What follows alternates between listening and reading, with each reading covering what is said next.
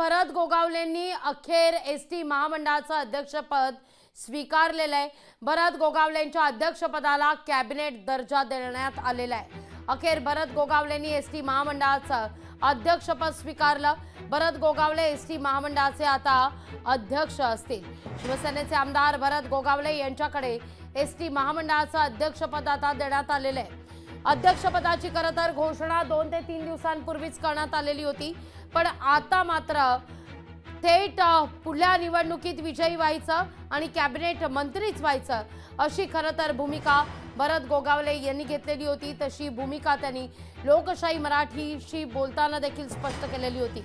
पण आता भरत गोगावलेंनी एसटी महामंडळाचं अध्यक्षपद स्वीकारलेलं आहे।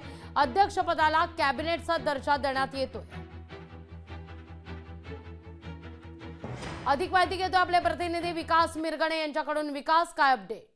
मंत्रिमंडळाच्या प्रतीक्षेमध्ये असलेले भरत गोगावले अखेर महाराष्ट्र राज्य मार्ग परिवहन महामंडळाच्या अध्यक्षपदी झालेले। विशेष म्हणजे मंत्रिपदाचा दर्जा देण्यात आलेला आहे। काल आपण त्यांची संवाद साधला त्यावेळेला ते बोलले होते की मंत्रिपद मी घेईलच, पण कुठलेही महामंडळ मी स्वीकारणार नाही। पण मात्र मुख्यमंत्र्यांनी आग्रह धरला की तुम्हाला महामंडळ स्वीकारावं लागेल। त्या दृष्टीने मुख्यमंत्र्यांचे आदेश होते की तुम्ही हे महामंडळ घेतलं पाहिजे। त्यानुसार भरत गोगावले यांनी आज महामंडळाची त्यांची ऑर्डर काढण्यात आली आणि थोड्याच वेळामध्ये जे आहेत भरत गोगावले ते मुख्यमंत्र्यांना वर्षा निवासस्थानी भेटायला जात आहेत।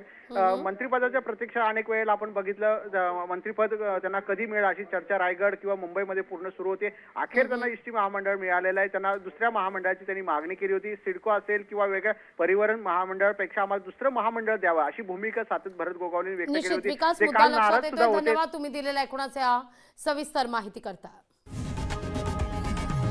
लोकशाही मराठी ऐका, पहा, जागरूक रहा।